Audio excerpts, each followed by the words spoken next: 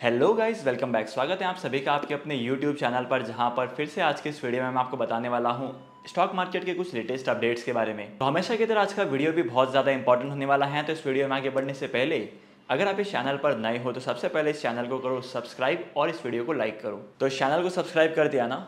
So without any delay let's get started to the video. सबसे पहले बात करते हैं इंडिया की गुड न्यूज़ के बारे में। रशिया, यूक्रेन, जापान और दुनिया में जितने भी देश हैं, यहाँ पर बहुत सारे देशों में इन्फ्लेशन, जो कि रिसेशन कहा जाता है, वो बढ़ते ही जा रहा है। लेकिन अगर इंडिया के रिटेल इन्फ्लेशन की बात की जाए तो इंडिया का रिटेल इन्फ्लेशन नवंबर मंथ में 6% से भी कम नोट किया गया है। अक्टूबर महीने में ये इन्फ्लेशन 6.77% का था, लेकिन नवंबर में ये 5.88% तक पहुंच चुका है। और इस इन्फ्लेशन के रेट की सबसे खास बात यह है कि पिछले 11 महीनों में ये ऑल टाइम लो पर है। अगर आप पिछले 11 मंथ्स का डेटा उठाकर देखेंगे तो ये सबसे कम है। अगर इंडिया में इन्फ्लेशन ऐसा ही चलते रहा तो आने वाले टाइम पीरियड में इंडियन इकोनॉमी पर इतना ज्यादा असर नहीं पड़ेगा ग्लोबल मार्केट के रिसेशन का। और अगर आपका ओपिनियन डिफरेंट है तो मेरे साथ जरूर शेयर करना कि आपका ओपिनियन क्या कहता है। इंडिया के यूनियन मिनिस्टर नितिन गडकरी जी ने यह कहा है कि आने वाले साल 2023 तक जो इलेक्ट्रॉनिक व्हीकल्स का कॉस्ट है वो बहुत कम हो जाएगा और इसी के साथ साथ अफोर्डेबल भी हो जाएगा। हाल ही में हम लोगों ने देखा था कि इलेक्ट्रॉनिक व्हीकल्स में बहुत सारे इश्यूज निकल कर आ रहे हैं। किसी की बैटरी में आग लग जाती है तो किसी के इंजन फेल हो जाते हैं। तो ट्रांसपोर्ट मिनिस्टर जी का ये कहना है कि आने वाले टाइम पीरियड में इन सारे इश्यूज को सॉल्व किया जाएगा और इलेक्ट्रॉनिक व्हीकल्स को मोस्ट अफोर्डेबल बनाया जाएगा, क्योंकि इंडिया एक ऐसी कंपनी है जिसे क्रूड ऑयल को इंपोर्ट करना पड़ता है। और अगर पेट्रोल पर चलने वाली कार्स का नंबर ज्यादा रहेगा इंडिया में तो डीजल का और पेट्रोल का कॉस्ट भी बढ़ेगा।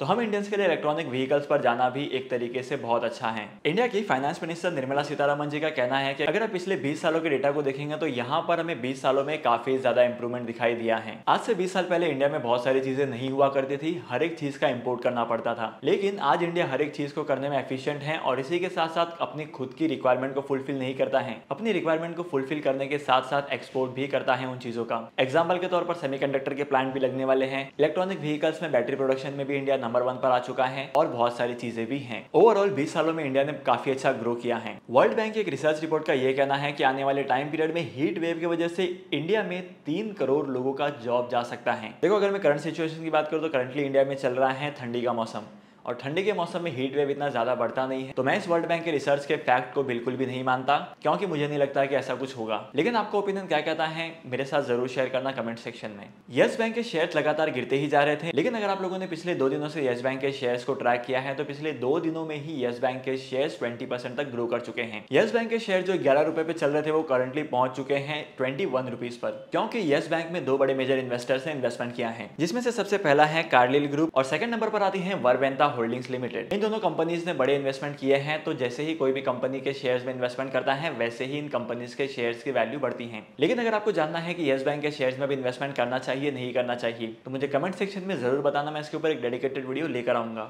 सेबी ने सोशल मीडिया इन्फ्लुएंसर को लेकर कुछ नई गाइडलाइंस इशू की है। तो इस नई गाइडलाइंस के हिसाब से किसी भी इन्फ्लुएंसर के फॉलोअर्स 10 लाख या 10 लाख से ज्यादा होते हैं तो वो किसी भी म्यूचुअल फंड की स्कीम को प्रमोट नहीं कर सकता। 10 लाख से ज्यादा फॉलोअर्स वाले इन्फ्लुएंसर्स को कंसिडर किया जाएगा सेलिब्रिटीज के तौर पर। रिलायंस जियो ने वन प्लस के साथ टाई अप किया है, वो भी इंडिया में ट्रू 5G सर्विसेज को लॉन्च करने के लिए। रिलायंस जियो अपने नेटवर्क को जितना हो सके उतना ज्यादा स्ट्रॉन्ग करना चाहता है और यहाँ पर बहुत सारे कंपनीज के साथ हाल ही में टाई अप किया था। अब देखना यहाँ पर यह है कि एयरटेल के कंपटीशन में जियो कैसे काम करता है और कितनी जल्दी इंडिया में हर किसी को 5G की सर्विसेज प्रोवाइड करवाता है, वो भी अफोर्डेबल कॉस्ट के लिए।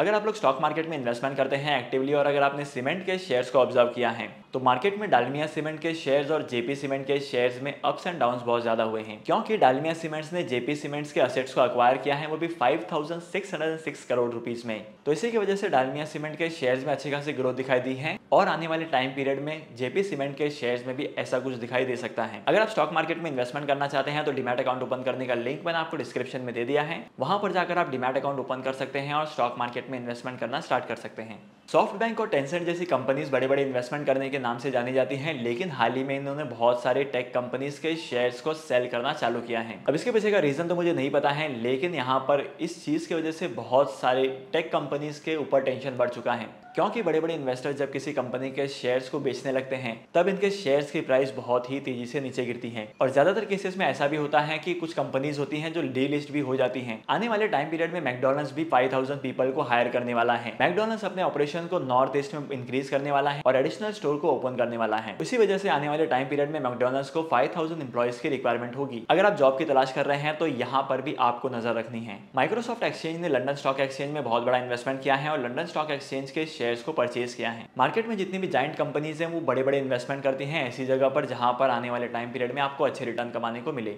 अब थोड़े टाइम बाद देखना यह है कि इन दोनों कंपनीज के शेयर्स कैसा परफॉर्म करते हैं। एफएमसीजी के सेक्टर में इन्वेस्टमेंट करते करते और मार्केट में रिसेशन की न्यूज आने के बाद हम लोग तो आईटीसी को भूल ही गए थे। अगर आप आईटीसी में अभी भी इन्वेस्टमेंट करते हैं लॉन्ग पीरियड ऑफ टाइम के लिए तो आपको ये शेयर जो है वो काफी अच्छे रिटर्न कमा कर दे सकता है। पिछले 1.5 ईयर से इस कंपनी के शेयर्स ने इस कंपनी ने 200 रुपए से लेकर 315 रुपए तक के सफर को तय किया है। तो आने वाले टाइम पीरियड में इस कंपनी के शेयर्स की प्राइस और भी ज्यादा ग्रो करेगी। तो डेफिनेटली आपको आईटीसी के शेयर्स में इन्वेस्टमेंट करना है। इंडिया के ट्रांसपोर्ट मिनिस्टर नितिन गडकरी जी कहते हैं कि इंडिया में जो फास्ट कार्ड का सिस्टम है टोल प्लाजा पर, उन सारे टोल प्लाजास को बंद किया जाएगा और जीपीएस वाले सिस्टम को लाया जाएगा। एक्चुअली ये टोल प्लाजास पर खर्च होने वाले कॉस्ट को कम करना चाहते हैं और इसी के साथ साथ जो फ्रॉड्स होते हैं उन फ्रॉड्स को भी कम करना चाहते हैं। जीपीएस लगने के बाद क्या होगा कि कार जब पास होगी तो ऑटोमेटिकली इनके अकाउंट से पैसे कट जाएंगे। लेकिन आपको क्या लगता है कि इंडिया का इकोसिस्टम अभी भी ऐसा है कि जीपीएस की सर्विसेज को अडॉप्ट करना आसान हो? मुझे तो ऐसा बिल्कुल भी नहीं लगता कि इंडिया में करंटली ऐसा कुछ होने वाला है या हो सकता है। फ्यूचर में पॉसिबल है लेकिन करंटली ऐसी कोई पॉसिबिलिटी नहीं लगती मुझे।